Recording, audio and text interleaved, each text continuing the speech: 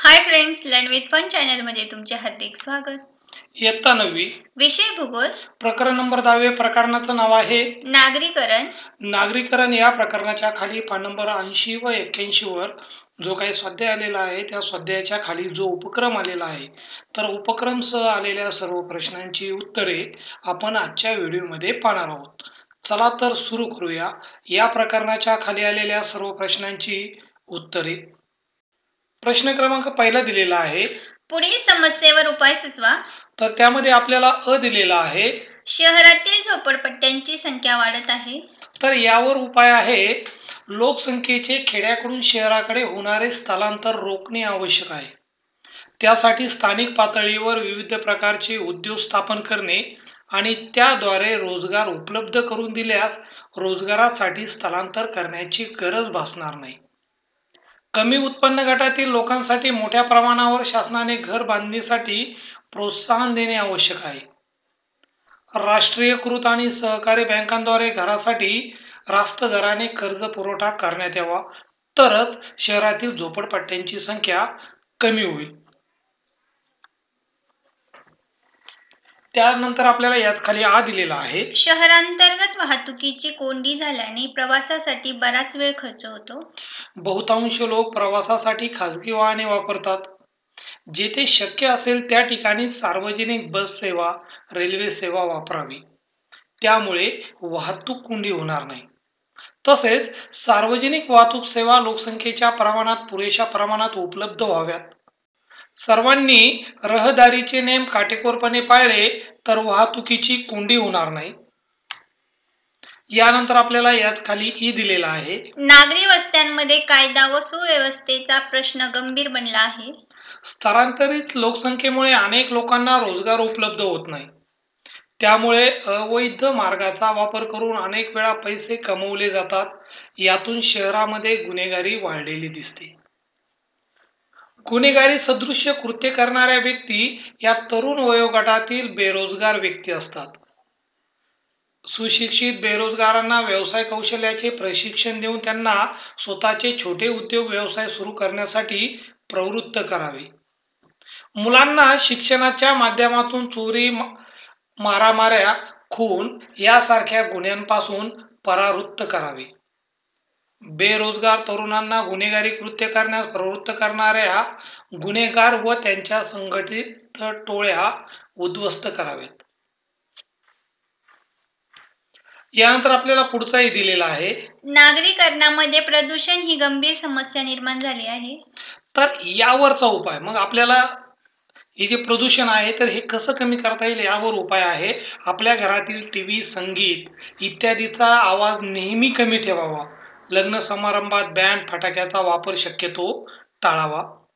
आपल्या परिसरातील घरे, कारखाने, वाहने इत्यादीतून होणारे धुराचे उत्सर्जन कमीत कमी ठेवावे, तर प्रदूषण कमी होईल. तसेच कचरा कुंडीत टाकावा, तो जाळून त्याची विल्हेवाट लावू नये, त्यामुळे पण प्रदूषण होणार नाही. विहिरी, तलाव आणि सार्वजनिक कचरा नळ योजनेजवळ टाकू नये. निर्माल्य, मूर्ती, प्लास्टिक कचरा नदी, तलाव, धरणात टाकू नये, म्हणजे प्रदूषण होणार नाही. आणि अधिकाधिक वृक्ष लावून त्याची जोपासना करावी. हा आपल्याला यावरील उपाय सांगता येईल. यानंतर आपल्याला ऊ दिलेला आहे, नागरी भागात आरोग्याच्या समस्या निर्माण झाल्या आहेत. तर यावरील उपाय आहे, नागरी भागात सांडपाण्याची समस्या निर्माण झाली आहे. या सांडपाण्याची विल्हेवाट लावणे हे नागरी आरोग्याच्या दृष्टीने महत्त्वाचे आहे. त्यासाठी सांडपाणी कचरा न अडकता वाहून जाईल अशी यंत्रणा तयार करावी. सांडपाणी व कचऱ्याच्या ठिकाणी कीटकनाशकांची फवारणी करावी. कचरा हा घराबाहेर उघड्यावर न टाकता कचरा पेटीतच टाकावा, यामुळे रोग उद्भवणार नाही. प्रदूषण कमी करण्यासाठी झाडे लावावी. आरोग्यविषयक जनजागृती करावी. प्रदूषण नियंत्रण कायद्याची कठोरपणे अंमलबजावणी करावी. यानंतर आपल्याला याच खाली प्रश्न क्रमांक 2 दिलेला आहे, योग्य जोड्या जुळवा. तर त्यामध्ये अ गटामध्ये 1 नंबर दिलेला आहे, तंत्रज्ञानाचा विकास व यांत्रिकीकरण. तर ब गटामधील योग्य जोडी आहे नागरीकरण. 2 नंबर दिलेला आहे. मूळ निवास सोडून दुसरीकडे कायमस्वरूपी जाऊन राहणे, तर याला म्हणतात स्थलांतर. 3 नंबर दिलेला आहे. 75% पुरुष बिगर शेती व्यवसायात आहे, तर योग्य जोडी आहे. नागरी प्रदेश. आणि 4 नंबर दिलेला आहे. कचऱ्याची समस्या, तर योग्य जोडी आहे. नियोजनाचा अभाव. व्हिडिओ आवडला असेल तर लाईक या बटनावर क्लिक करा, चॅनलला सबस्क्राईब करा आणि तुमच्या मित्रमैत्रिणीला हा व्हिडिओ शेअर करा. कॉमेंट बॉक्समध्ये तुमचे नाव व गावाचे नाव कॉमेंट करा. यानंतर आपल्याला प्रश्न क्रमांक 3 दिलेला आहे. महत्त्व सांगा, फायदे लिहा.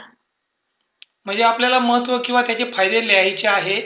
तर या ठिकाणी आपल्याला दिलेला आहे. तंत्रज्ञान व यांत्रिकीकरण.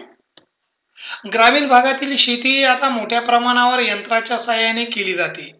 त्यामुळे शेतीतील मनुष्यबळ शेतीच्या कामातून मोकळे झाले. शेतीमध्ये तंत्रज्ञानाचा वापर वाढला आहे, तसेच यांत्रिकीकरण वाढले आहे. त्यामुळे अन्नधान्याचे उत्पादन वाढले आहे. तंत्रज्ञान व यांत्रिकीकरणामुळे कामात सुसूत्रता व कमी वेळात जास्त काम होण्याची क्षमता वाढली. यानंतर आपल्याला याच खाली दिलेला आहे. व्यापार. व्यापारामुळे व्यापार संकुल, बँका, पतसंस्था, गोदामे, शीतगृह इत्यादी सेवांची वाढ होते. या सेवांबरोबरच अशा ठिकाणी रस्ते, उपहारगृहे, निवास इत्यादी बाबीही वाढीस लागतात. व्यापारामुळे देशादेशातील राजनैतिक आर्थिक संबंध सुधारतात. तसेच राष्ट्राचा आर्थिक विकास होतो. पर्यायाने लोकांचे जीवनमान सुधारते. त्यानंतर याच खाली आपल्याला दिलेला आहे. औद्योगिकीकरण. औद्योगिकीकरणामुळे उद्योगांचा विकास व केंद्रीकरण झाले. उद्योगधंद्याच्या वाढीमुळे नोकरीच्या संधी निर्माण झाल्या. लोकांच्या राहणीमानाचा दर्जा उंचावला आहे. तसेच देशाचा आर्थिक विकास होत आहे. नागरीकरणाची प्रक्रिया गतिमान होत आहे. नागरिकांच्या सुखसुविधांमध्ये वाढ झाली आहे. याच खाली आपल्याला दिलेला आहे. शहरातील सोयी सुविधा. तर आपल्याला महत्त्व किंवा त्याचा फायदा सांगता येईल. वाहतूक, संदेशवहन, शिक्षण, वैद्यकीय, अग्निशमन दल इत्यादी सोयी अत्यंत महत्त्वाच्या असतात. चांगल्या दर्जाच्या वाहतुकीच्या सोयीमुळे प्रवासामधील सुलभता वाढते. याचा चांगला परिणाम मालवाहतूक, बाजारपेठ, व्यापार इत्यादींवर होताना दिसतो. शिक्षणाच्या सेवा देखील नागरी भागांमध्ये चांगल्या विकसित झालेल्या आढळतात. मुख्यतः उच्च शिक्षणाच्या सोयीमुळे इतर ठिकाणाहून अनेक विद्यार्थी नागरी भागात येतात. तसेच वैद्यकीय सोयी देखील नागरी भागात चांगल्या विकसित झालेल्या असतात. यानंतर आपल्याला पुढे दिलेला आहे. शहरातील सामाजिक ऐक्य. तर महत्त्व किंवा फायदे. शहरात अनेक लोक रोजगारासाठी स्थलांतर करून येतात.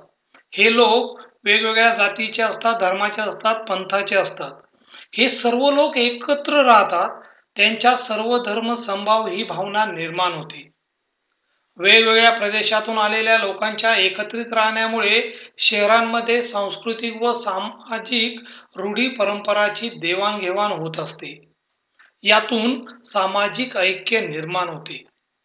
शहरातील सण उत्सवात सर्व धर्माचे, पंथाचे लोक एकत्र येतात. त्यामुळे त्यांच्या सामाजिक ऐक्य निर्माण होते. त्यातूनच राष्ट्रीय एकात्मता निर्माण होण्यास मदत होते. यानंतर पुढे आपल्याला प्रश्न क्रमांक 4 दिलेला आहे. पुढील बाबींची तुलना करा व उदाहरणे लिहा.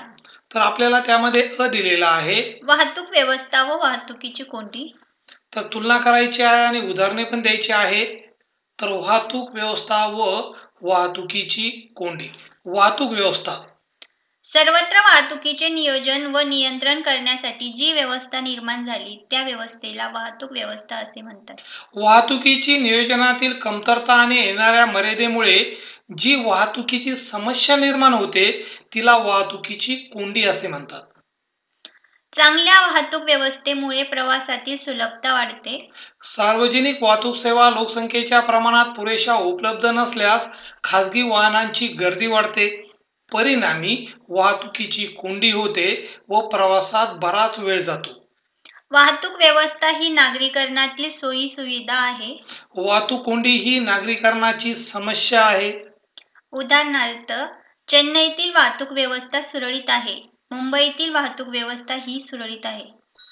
तर आपल्याला याचं वाहतूक कोंडीचं उदाहरण सांगता येईल. कोल्हापूरमधील ट्रेझरी ऑफिस चौकातील गणेश मंदिर येथे वाहतुकीची कोंडी होती. यानंतर आपल्याला याच खाली दिलेला आहे औद्योगिकीकरण व वायू प्रदूषण. तर औद्योगिकीकरण आणि वायू प्रदूषण याची तुलना करायची आणि उदाहरण द्यायचं आहे. तर औद्योगिकीकरण, एखाद्या प्रदेशामध्ये उद्योगाचा विकास व केंद्रीकरण होणे याला औद्योगिकीकरण असे म्हणतात. कारखान्यातील मोठ्या प्रमाणात हानिकारक व प्रदूषित वायू हवेत सोडले जातात. वाहनातून विषारी धूर हवेत सोडला जातो. या विषारी वायूंमुळे प्रदूषण निर्माण होते, त्याला वायू प्रदूषण असे म्हणतात. औद्योगिकीकरणामुळे नागरीकरणाची प्रक्रिया गतिमान होते. वायू प्रदूषण ही नागरीकरणाची समस्या आहे. औद्योगिकरणाचं उदाहरण द्यायचं झालं तर मूळची कोळ्याची वस्ती असलेली अनेक गावे औद्योगिकीकरणामुळे मुंबई महानगराचा भाग झाली आहे. आणि वायू प्रदूषणाचं उदाहरण द्यायचं असेल तर उदाहरणार्थ दिल्ली, मुंबई, कोलकाता यासारख्या महानगरांमध्ये वायू प्रदूषणाची समस्या गंभीर आहे. त्यामुळे तेथे श्वसनाच्या आजाराचे प्रमाण वाढत आहे. यानंतर आपल्याला याच खाली दिलेला आहे स्थलांतर व झोपडपट्टी. तर या दोन्हींमधील फरक आपल्याला अशा पद्धतीने सांगता येईल. स्थलांतर, व्यक्ती किंवा समूह एका प्रदेशातून किंवा देशातून दुसऱ्या प्रदेशात किंवा देशामध्ये अल्पकाळ किंवा दीर्घकाळ वास्तवासाठी जाणे या हालचालीस स्थलांतर असे म्हणतात. अनेक लोकांचे उत्पन्न कमी असते. असे लोक शहरात उपलब्ध असलेल्या मोकळ्या जागेवर तात्पुरती व कच्च्या स्वरूपाची घरे बांधतात. त्यांना झोपडपट्टी असे म्हणतात. स्थलांतर ही नागरीकरणाची प्रक्रिया आहे. तर झोपडपट्टी ही नागरीकरणाची समस्या आहे. स्थलांतरचं उदाहरण द्यायचं असेल तर भारताच्या विविध भागातून पुणे, मुंबई या ठिकाणी होणारे स्थलांतर. आणि झोपडपट्टीचे उदाहरण द्यायचे असेल तर मुंबई शहरातील धारावी झोपडपट्टी, सुरत शहरातील तापी नदीच्या मुखाजवळील झोपडपट्टी. यानंतर पुढे आपल्याला पुढचाही दिलेला आहे सोयी सुविधा व वाढती गुन्हेगारी. सोयी सुविधा, नागरी वस्तीमध्ये अनेक सोयी सुविधा विकसित होतात. स्थलांतरित लोकांपैकी अनेक लोकांना रोजगार उपलब्ध होत नाही. त्यामुळे अवैध मार्गाचा वापर करून अनेक वेळा पैसे कमवले जातात. यातून शहरांमध्ये गुन्हेगारी वाढलेली दिसते. वाहतूक, संदेशवहन, शिक्षण, वैद्यकीय, अग्निशमन दल इत्यादी सोयी अत्यंत महत्त्वाच्या असतात. चोरी, घरफोडी, मारामाऱ्या, खून इत्यादी स्वरूपाचे गुन्हे शहरात होताना आढळतात. नागरीकरणाच्या प्रक्रियेत सोयी सुविधांमुळे फायदे होतात. उदाहरण द्यायचं असेल तर उच्च शिक्षणाच्या सोयीमुळे तसेच नोकरीच्या निमित्ताने अनेक नागरिक पुणे शहरात शिकायला येतात. वाढती गुन्हेगारी ही नागरीकरणाची समस्या आहे. उदाहरणार्थ शहरात आज अधिक प्रमाणात सायबर गुन्हे घडत आहे. यानंतर पुढच्या पानावर आपल्याला प्रश्न क्रमांक 5 दिलेला आहे. खालील तक्ता पूर्ण करा. आपल्याला एका बाजूला दिलेला आहे नागरीकरण प्रक्रिया आणि दुसऱ्या बाजूला दिलेला आहे त्याचे परिणाम. तर आपल्याला नागरीकरण प्रक्रियेमध्ये या ठिकाणी रिकाम्या जागी स्थलांतरित लोक, या ठिकाणी नागरी जीवनावर विपरीत परिणाम, शहरांचा वाढता विकास, सोयी सुविधांचा तुटवडा व नियमांचे उल्लंघन, आरोग्यास धोका हे लावावे लागेल परिणाम मध्ये. तर या ठिकाणी नागरीकरण प्रक्रियेमध्ये औद्योगिकीकरण आणि हे त्याचे परिणाम, तसेच ग्रामीण ते शहरी बदल आणि पुढे त्याचे परिणाम आपल्याला या पद्धतीने सांगता येईल. सार्वजनिक सेवा पुरवणाऱ्या व्यवस्थेत बदल होऊन ग्रामपंचायतीऐवजी नगर परिषद, नगरपालिकांचा उदय, नागरिकांच्या विविध मूलभूत सार्वजनिक सेवा उपलब्ध. यानंतर पुढे आपल्याला प्रश्न क्रमांक 6 दिलेला आहे. स्पष्ट करा. स्पष्ट करामध्ये आपल्याला दिलेला आहे. शहरांची वाढ विशिष्ट पद्धतीने झालेली आढळते. आर्थिक विकासाच्या प्रक्रियेत देशाच्या ग्रामीण भागात कारखाने, गिरण्या, ऊर्जा प्रकल्प, बहुउद्देशीय प्रकल्प सुरू झाले. आजूबाजूच्या प्रदेशातील लोक या गावांमध्ये कामासाठी येऊ लागल्याने गावाच्या लोकसंख्येत वाढ झाली. शहराचा क्षेत्रीय विस्तार झाल्याने शहरांच्या बाह्यवर्ती भागात उपनगरे विकसित झाली. लोकांना विविध सेवा उपलब्ध करून देण्यासाठी सेवा व्यवसाय विकसित झाले. ग्रामपंचायतीची जागा नगर परिषदेने घेतली. नगर परिषदांची जागा महानगरपालिकेने घेतली. अशा पद्धतीने लहान गावांचे महानगरात रूपांतर झाले. व्हिडिओ आवडला असेल तर लाईक या बटनावर क्लिक करा. चॅनलला सबस्क्राईब करा आणि तुमच्या मित्रमैत्रिणीला हा व्हिडिओ शेअर करा. कॉमेंट बॉक्समध्ये तुमचे नाव व गावाचे नाव कॉमेंट करा. यानंतर आपल्याला याच खाली दिलेला आहे, तुमच्या कल्पनेतील सुनियोजित शहर. माझ्या कल्पनेतील सुनियोजित शहर हे प्रदूषण मुक्त असेल. शहराची मांडणी अगदी साधी सरळ असेल. मोजकी घरे, पाण्याच्या सुविधा उदाहरणार्थ नळ, तलाव, विहिरी असेल. शहरात बगीचा, शाळा, महाविद्यालये, दवाखाने, रेल्वे स्टेशन, बस सुविधा, विमान सुविधा असेल.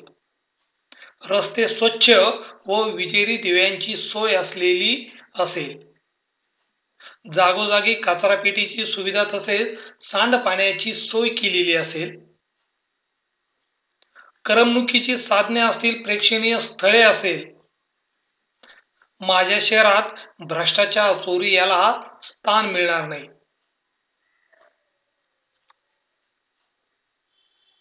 यानंतर याच खाली आपल्याला दिलेला आहे, औद्योगिकीकरणामुळे शहराचा विकास घडून येतो. औद्योगिकीकरणामुळे मोठ्या प्रमाणावरील उद्योगधंदे सुरू झाले. एखाद्या प्रदेशांमध्ये उद्योगांचा विकास व केंद्रीकरण होणे हा नागरिकरणाला सहाय्यभूत ठरणारा घटक आहे. औद्योगिकीकरणामुळे उद्योगधंद्यात वृद्धी झाली. उद्योगधंद्यांच्या वाढीमुळे नोकरीच्या आशेने आजूबाजूच्या प्रदेशातील लोक या प्रदेशाकडे आकर्षित होतात. त्यामुळे नागरीकरणाची प्रक्रिया गतिमान होते. यानंतर आपल्याला याच खाली दिलेला आहे, प्रदूषण एक समस्या. प्रदूषण म्हणजे घातक, दूषित किंवा तत्सम पदार्थाचा पर्यावरणात होणारा निचरा. सामान्यतः प्रदूषण हा मानवी क्रिया प्रक्रियांचा परिणाम आहे. अशी कोणतीही मानवी क्रिया जिचे परिणाम नकारात्मक ठरतात तिला प्रदूषण म्हणतात. मग प्रदूषणामध्ये वायू प्रदूषण, ध्वनी प्रदूषण, जल प्रदूषण यांचा समावेश होतो. शहरांचा वाढता विकास, सोयी सुविधांचा तुटवडा तसेच नियमांचे उल्लंघन यामुळे प्रदूषण ही एक गंभीर समस्या निर्माण झाली आहे. शहरांची जशी वाढ होते तशी प्रदूषणात देखील वाढ होते. प्रदूषणामुळे अनेक आजार उद्भवतात, जसे श्वसनाचे विकार असेल किंवा बहिरेपणा असेल. यानंतर पुढे आपल्याला दिलेला आहे, स्वच्छ भारत अभियान. राष्ट्रपिता महात्मा गांधी यांना 150व्या जयंतीनिमित्त अनोख्या पद्धतीने आदरांजली अर्पण करण्यासाठी पंतप्रधान माननीय श्री नरेंद्र मोदी यांनी प्रजासत्ताक दिनी स्वच्छ भारत अभियानाची संकल्पना मांडली होती. इंडिया गेटमधून या राष्ट्रीय अभियानास प्रारंभ झाला. प्रत्येक व्यक्तीने वर्षातील 100 तास स्वच्छतेला द्यावेत असे आवाहन मोदी यांनी केले आहे. स्वच्छता अभियानाचा मुख्य उद्देश संपूर्ण भारतातील अस्वच्छता दूर करणे हा असून त्याद्वारे स्वच्छतेविषयी जाणीव जागृती मोठ्या प्रमाणात करून जनतेच्या मनोवृत्तीत बदल घडवून आणण्याचा प्रयत्न हा अभियानात केला जात आहे.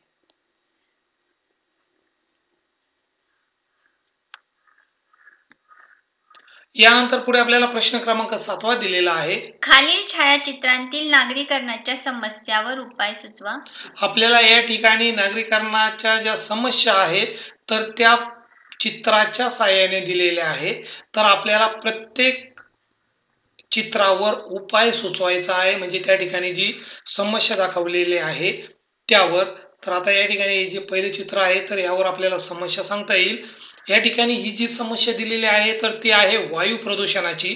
तर वायू प्रदूषणावरील उपाय, घरे, फॅक्टरी, वाहने यापासून निघणाऱ्या उत्सर्जनाचे प्रमाण कमीत कमी ठेवावे. फटाक्यांचा वापर करू नका. केरकचरा केराच्या कचरा कुंडीमध्ये टाका, जाळू नका. सर्वांना वायू प्रदूषणाच्या नियमांचे पालन करण्यास सांगा. ही त्यावर आपल्याला उपाययोजना सांगता येईल. त्यानंतर या ठिकाणी जी कचऱ्याची समस्या दाखवलेली आहे, तर ही कचऱ्याची समस्या आहे. तर यावरील उपाय: कचऱ्याचे योग्य वर्गीकरण करून त्याची योग्य ती विल्हेवाट लावावी. शासकीय यंत्रणेद्वारे नियमितपणे सुका कचरा गोळा करण्यात यावा आणि त्याची योग्य प्रकारे विल्हेवाट लावण्यात यावी.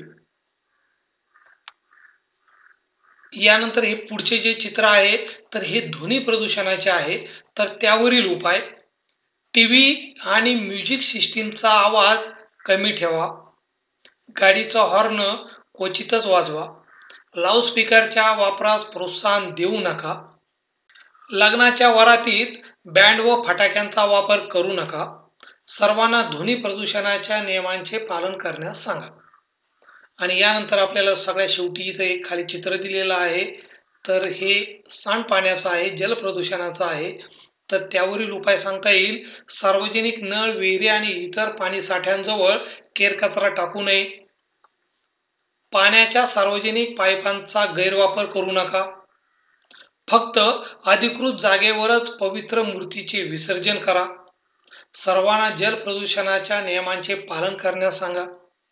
शाडू मातीच्या मूर्ती आणि नैसर्गिक रंग वापरून सात्विक आनंद घ्या. कारखान्यात जे प्रदूषित पाणी आहे, तर ते पाणी प्रक्रिया करून नदीत सोडावे, म्हणजे पण हे जल प्रदूषण होणार नाही.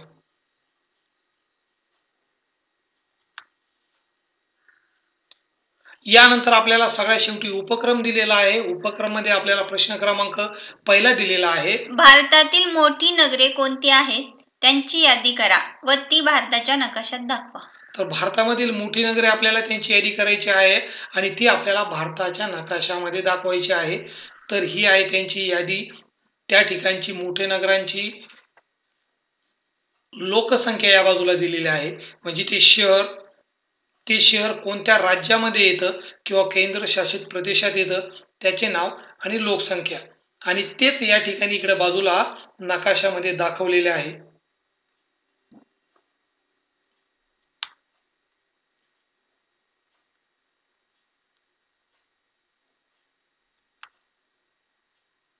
यानंतर आपल्याला याच खाली 2 नंबर दिलेला आहे: तुमच्या गावाजवळील एखाद्या महानगराला भेट देऊन तिथे कोणत्या सुविधा व समस्या आढळून येतात ते शिक्षकाच्या मदतीने लिहा.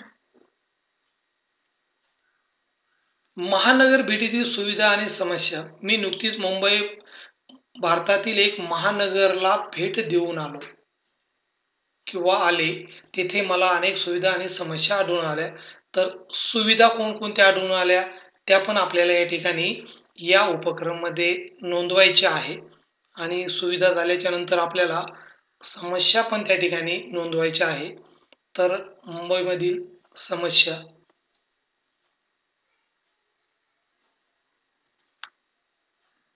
चला तर विद्यार्थी मित्रांनो, भेटूया पुढच्या व्हिडिओमध्ये. तोपर्यंत बाय.